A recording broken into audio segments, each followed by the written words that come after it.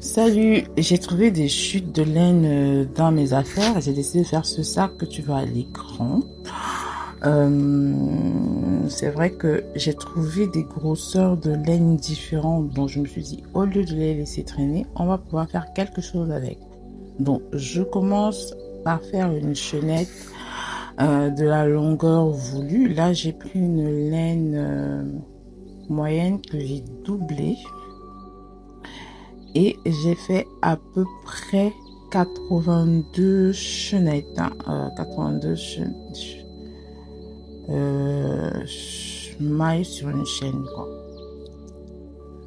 Voilà. En fonction de la longueur du sac que tu veux, tu fais la chaînette et après tu testes. Hein. Moi, j'ai au bout de la 82e chaînette, hein, donc j'ai estimer la longueur de mon sac et c'est à ce moment-là que tu fais des calculs.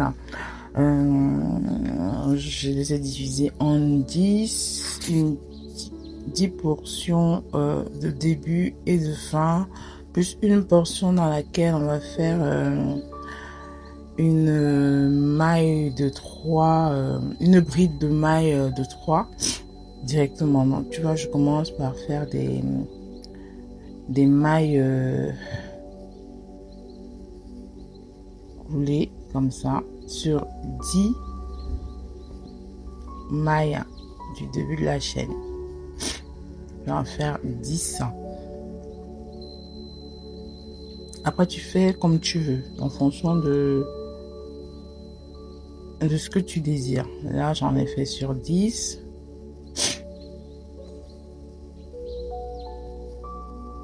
Et ensuite, je vais prendre une jetée. Et ensuite, je vais faire entrer dans les 3 d'un coup.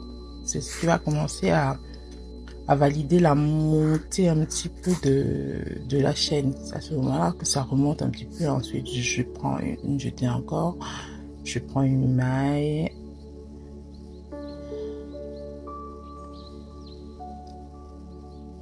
Je enlève les 2 premières et ensuite les 2 dernières. Une jetée. Je fais la bride, une première, une deuxième. Et je vais juste marquer la première bride de montée où j'ai pris les 3 à la fois. Et je vais faire tout ça tout au long de la chaîne jusqu'à arriver à l'autre bout où j'ai déjà marqué l'endroit où je vais commencer la descente de la ligne. Donc là, on est toujours à une jetée de 1.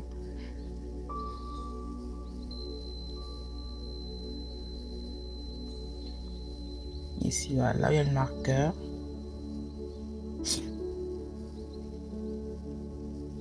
Je prends une, je fais entrer et je prends les 3. Donc, comme ça. Voilà. Et c'est là que j'entame la descente maintenant.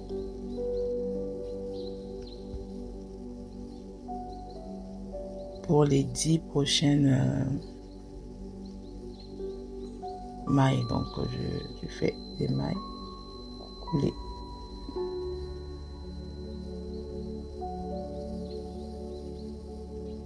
J'espère que ça s'appelle maille coulée. Je sais jamais comment ça s'appelle. Je vais apprendre.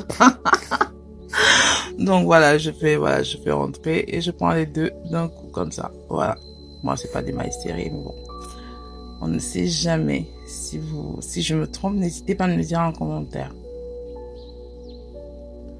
Ensuite, on va retourner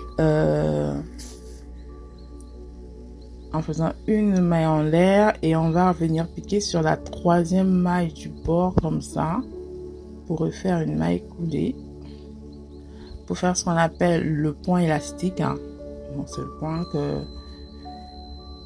qu'on fait beaucoup au crochet pour permettre cette élasticité en fait sur les bordures et tout.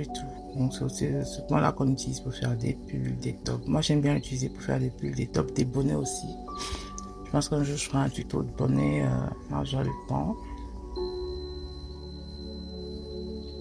Et là, quand on arrive au marquage, on refait notre jeté, on prend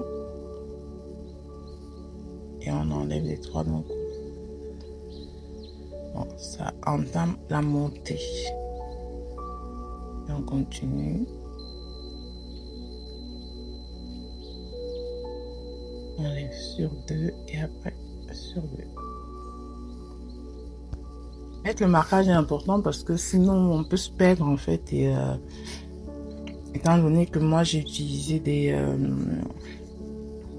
laines d'épaisseur différentes, donc il faut que je sois un petit peu vigilante parce que certaines parties seront plus petites que d'autres et voire d'autres plus grosses que d'autres.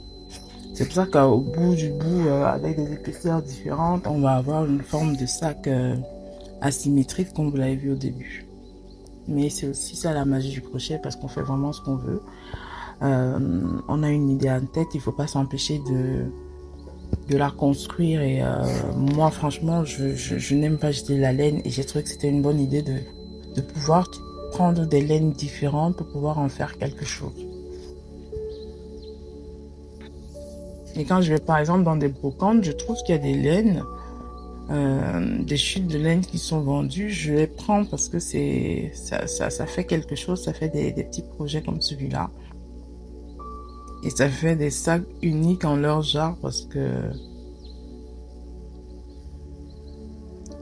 Voilà, donc c'est important. Et c'est important de toute façon de commencer, si on aime, de ne pas se dire qu'on va pas y arriver, mais on y arrive toujours.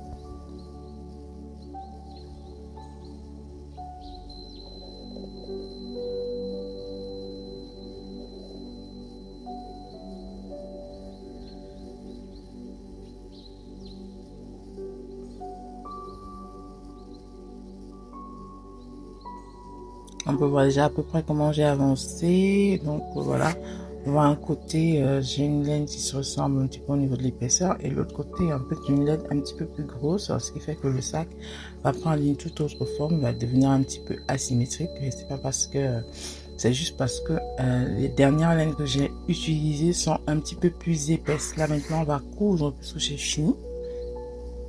J'ai eu la hauteur et la longueur du sac que je voulais. Là je vais juste assembler le tout, toujours en faisant cette fois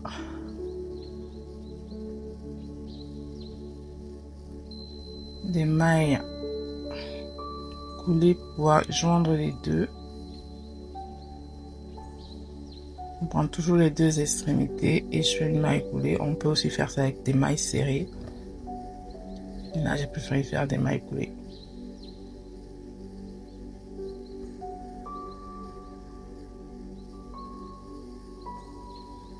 Voilà, on coupe,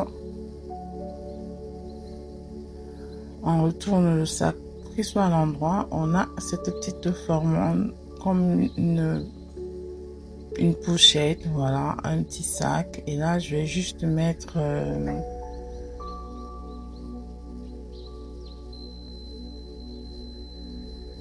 la fermeture, une boutonnière que je fais tout le temps dans mes sacs. Je compte à peu près 10 chaînes après que je rassemble pour pouvoir utiliser un bouton après. Facile à faire aussi. On peut aussi tout simplement la coudre que de la faire directement comme ça. Mais là, je préfère faire directement.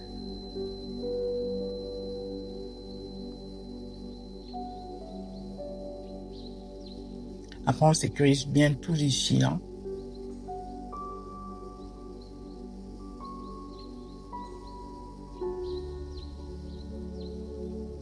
Voilà, on a à peu près ça. Le bouton est en place. Voilà. Et là, je vais faire la hanche du sac. Donc pour ça, je vais faire une chaîne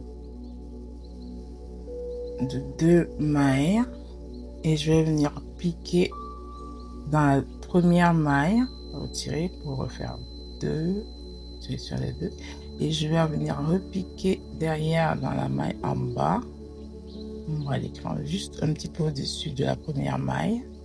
Là, je vais prendre un. Et ensuite, je vais prendre les deux. Et je vais venir piquer dans les deux mailles qui sont là. Voilà. Et je vais prendre les deux. Et ensuite, je vais prendre deux. De là, vous voyez, deux. On continue le processus. On pique dans les deux en bas. On enlève sur deux et on prend les deux. Puis les deux en bas. Voilà.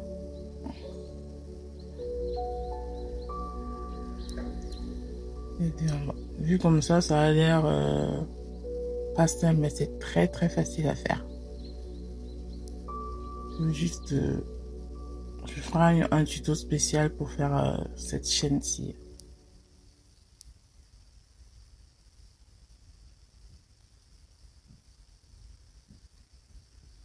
Très très facile à faire et elle est bien solide hein, pour bien tenir les sacs. Voilà. Donc, en fonction de la grosseur du fil aussi, il y aura une forme d'épaisseur au niveau de la anse. Bon, c'est ce qu'on a. On va finir notre anse.